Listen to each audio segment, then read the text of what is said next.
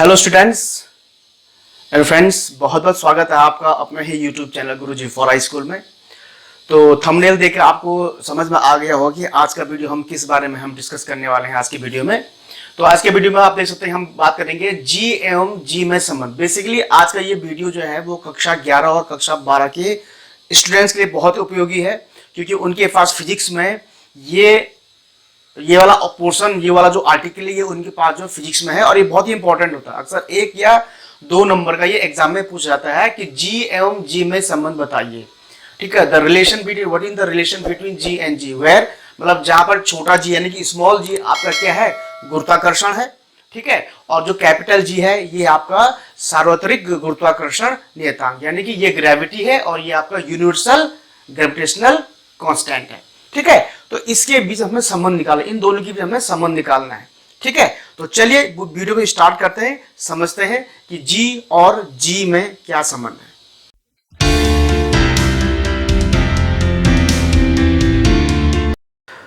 तो स्टूडेंट्स देखिए, हम लोग जी एंड जी में संबंध निकालने के लिए पहले आपको एक छोटा सा एक चीज समझनी होगी कि क्योंकि देखो ये जी और जी जो हम एक स्मॉल कोई एक छोटी सी वस्तु है जो कि पृथ्वी के अंदर, पृथ्वी में या पृथ्वी से कुछ दूरी पर रखी गई है। ठीक है, तो मान लीजिए आपके पास ये पृथ्वी है, ठीक है, और ये इसका सेंटर है जहां पर पृथ्वी की त्रिज्या हम लोग मान लेते हैं आर ई है।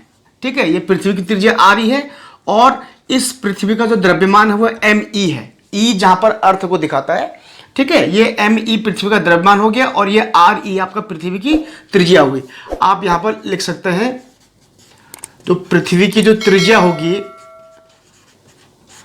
वो मान लीजिए आर ई मात्रक है, आर ई यूनिट कुछ भी हो सकता है किलोमीटर वगैरह में, और पृथ्वी का जो द्रव्यमान होगा वो हम मान के चल रहे हैं वो द्रव्यमान है एम ई। ठीक है, अब हम ये मान के चल रहे हैं कि इस पृथ्वी के भीतर या पृथ्वी से के सेंटर से कुछ ऊंचाई ऊपर दूरी पर जो है एक वस्तु रखी गई है जिसका द्रव्यमान m है, स्मॉल m है। अब देखो क्या है, पृथ्वी की त्रिज्या आर ई की तुलना में, जो पृथ्वी की त्रिज्या आर ई उसकी तुलना में अगर हम उस वस्तु को पृथ्वी से कुछ ऊंचाई पर रखते भी हैं तो जो उसकी दूरी होगी ना केंद्र से, वो इस आर ई की तुलना बहुत कम, मतलब नगण्य होगी, उसको हम ना के बराबर मानेंगे। तो हम ये मान के चलते हैं कि मान लीजिए वो वस्तु कहां पर रखी गई, इस टॉप पे यानी कि आर ई वाले पोजीशन में रखी गई है, जिसके वस्तु का जो द्रव्यमान है वो मान लीजिए क्या एम है। तो हम ले देंगे कि आर ई ऊंचाई पर, 11 और 12वीं के छात्र थोड़ा ध्यान से देखिए, आर ई ऊंचाई पर वस्तु रखी है जिसका द्रव्यमान कितना है, जिसका द्रव्यमान आपका है m। ठीक है, ये हो गया।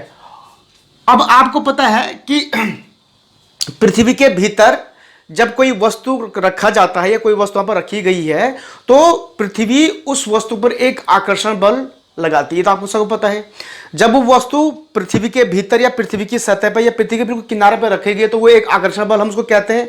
और वही बल जब पृथ्वी उस वस्तु पर लगता है जो पृथ्वी के बाहर चक्कर काट रहा है तो उसको हम अभिकेंद्रीय बल कहते हैं। वो क्या करता है, उस वस्तु को अपने केंद्र की तरफ खींचने की कोशिश करता है। वैसे पृथ्वी के अंदर आप कोई चीज यूं उछाल दो आप तो वो भी नीचे आती है। तो जो गुरुत्वाकर्षण बल है पृथ्वी के भीतर उसको हम गुरुत्वाकर्षण बल कहते हैं, और पृथ्वी की सतह से बाहर तो वही बल हमारा अभिकेंद्रीय बल भी कहलाता है, जो कि पिंड को केंद्र की तरफ खींचने की कोशिश करता है। ठीक है, तो ये हो गया। तो इस प्रकार क्या होगा कि आर ई दूरी पर, ये सेंटर ओ है, आर ई दूरी पर जो वस्तु का द्रव्यमान m है उस पर जो लगाया गया आकर्षण बल होगा, उस पर जो लगाया गया आकर्षण बल होगा वो क्या हो जाएगा, मान लीजिए F है, F। तो आपको पता है कि ग्रेविटी के अंतर्गत उस वस्तु पर जो लगाया गया आकर्षण बल उसका मान क्या होता है, आपको पता है G M E M upon R E square. ये वो आकर्षण बल होता है जो पृथ्वी की सतह पर रखी गई वस्तु पर पृथ्वी के द्वारा लगाया जाता है। पृथ्वी की सतह पर यही बल बाहर, अगर पृथ्वी से बाहर हो यानी कि उसमें अंतरिक्ष में हो तो वो अभिकेंद्रीय बल कहलाता है, क्योंकि इस अभिकेंद्रीय बल के बारे में पिछले वीडियो में डिस्कस कर चुका हूं। ठीक है, ये G M E upon R E square हो गया, समीकरण नंबर 1 हो गया। ये है आपका पृथ्वी के द्वारा लगाया गया उस वस्तु पर बल लगाया गया। ठीक है, अब यही वस्तु जो है m है, पृथ्वी की सतह पर रखा गया है, इसी वस्तु पर इसी वस्तु पर लगाया गया अन्य बल क्या होगा, इसी वस्तु पर लगाया गया जो अन्य बल F होगा वो भी F ही होगा, वो क्या होगा, न्यूटन के नियम के अनुसार क्या हो जाएगा, m इंटू जी। भाई जो त्वरण का सिद्धांत है ग्रेविटी के अनुसार, उस पर लगाएगा जो बल होगा F equal to m into g होगा, जहां पर m उसका द्रव्यमान हो गया और g आपकी ग्रेविटी होगी। ध्यान दीजिए दोनों बल अलग अलग हैं, ये पृथ्वी के द्वारा लगाया गया आकर्षण बल है और ये न्यूटन के नियम के अनुसार उस वस्तु पर लगने वाला बल है। समीकरण नंबर 2, मैं बहुत काफी थोड़ा शॉर्टकट में बता रहा हूं आपको, लंबा जाऊंगा तो बहुत लंबा वीडियो हो जाएगा ये। तो ये F equal to m into g हो गया। अब समीकरण नंबर 1 और समीकरण नंबर 2 में देखिए दोनों के बाएं पक्ष आपस में बराबर है, F equal to G M upon R square और F equal to m into g. ये दोनों बराबर इसलिए हैं क्योंकि उस वस्तु पर ये इक्वल बल लग रहा है। इक्वल बल क्यों लग रहा है भाई, हो सकता है कि भाई ये बल कुछ और ये बल कुछ और, ये दोनों फोर्स अलग अलग हो, तो अब इसको बराबर क्यों कर रहे हैं। खाली ये देख के थोड़ी बोलेंगे कि लेफ्ट हैंड साइड बराबर है तो इसको दाएं साइड में बराबर कर देंगे, राइट हैंड साइड को बराबर कर देंगे, नहीं, ये ऐसा नहीं होगा। ये इसलिए होगा, इन दोनों फोर्स को हम बराबर इसलिए कर रहे हैं क्योंकि अभी वस्तु क्या विराम अवस्था में है, तो विराम अवस्था में दोनों लगाएगा बल आपस में क्या है, बराबर है, दोनों का रिजल्टेंट क्या है, जीरो है।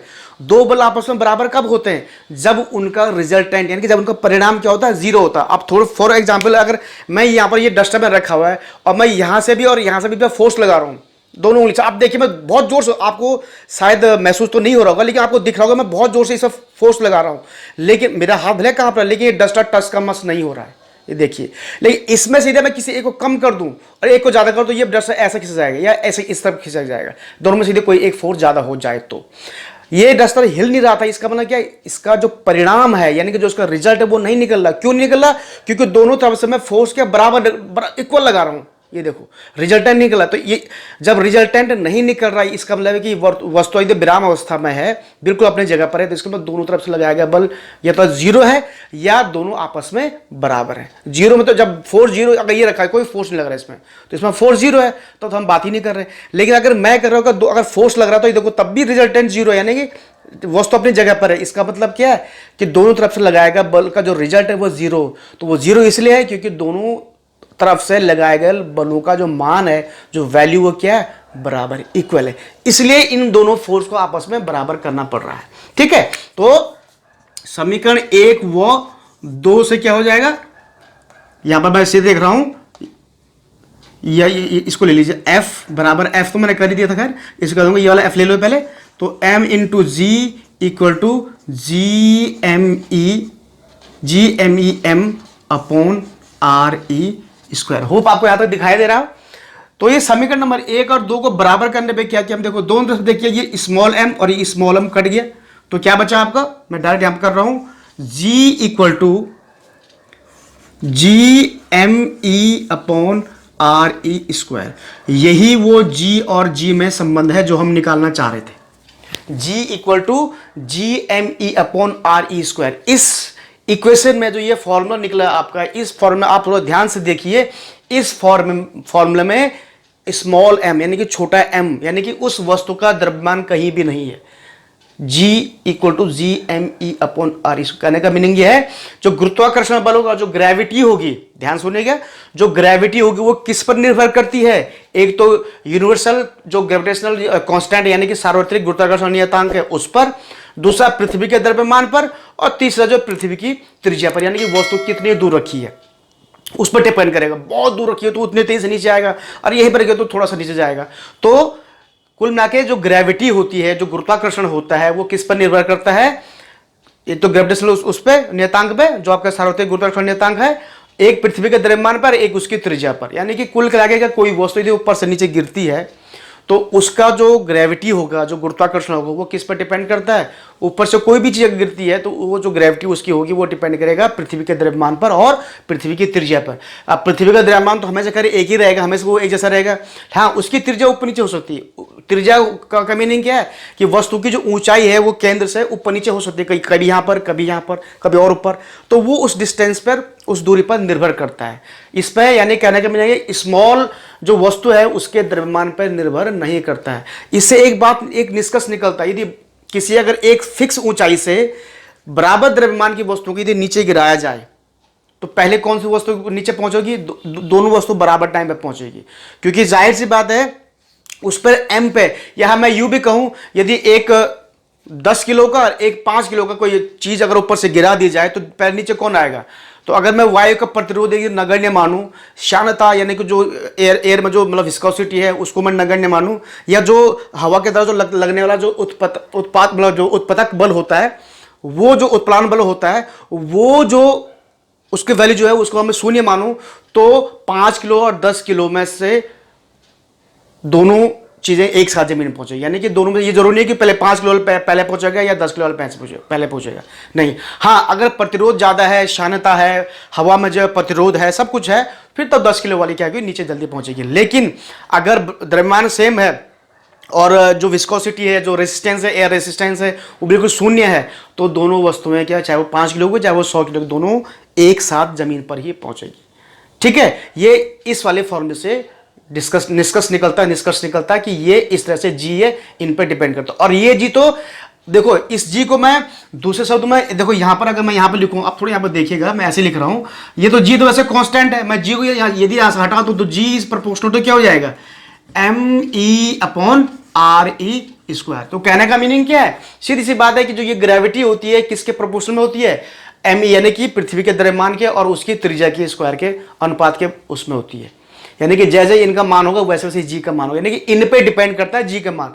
ठीक है, वो जब ये अगर हम कांस्टेंट को यहां से हटा दें, यानी कि जी अगर कोई वस्तु गिराए तो उसके द्रव्यमान पर, छोटी वस्तु के द्रव्यमान पर कभी भी डिपेंड नहीं करता है। ठीक है, तो ये था आपका कुल मिलाकर के स्मॉल जी और कैपिटल जी में संबंध। तो क्लास 11th और 12th के बच्चों के लिए, जो अभी 11th और 12th में पहुंचे हैं, उनके लिए ये बहुत ही इंपॉर्टेंट टॉपिक है, ये आप देख लीजिए। अगर बच्चों इधर कोई अगर आपको कोई डाउट है, कोई क्वेश्चन है, कहीं पे कोई समझ नहीं आया, तो आप नीचे कमेंट बॉक्स में लिख के मुझसे पूछ सकते हो, मैं आपकी इसमें भरपूर सहायता करूंगा। तो उम्मीद है आपको वीडियो पसंद आया होगा, टॉपिक पसंद आया होगा। अगर पसंद आया तो इसको लाइक कीजिए, शेयर कीजिए और चैनल को जरूर सब्सक्राइब कर दीजिएगा। मिलूंगा एक नए टॉपिक में, एक नए क्वेश्चन के साथ और एक नए ज्ञान के साथ। तब तक मुझे अनुमति दीजिए। धन्यवाद।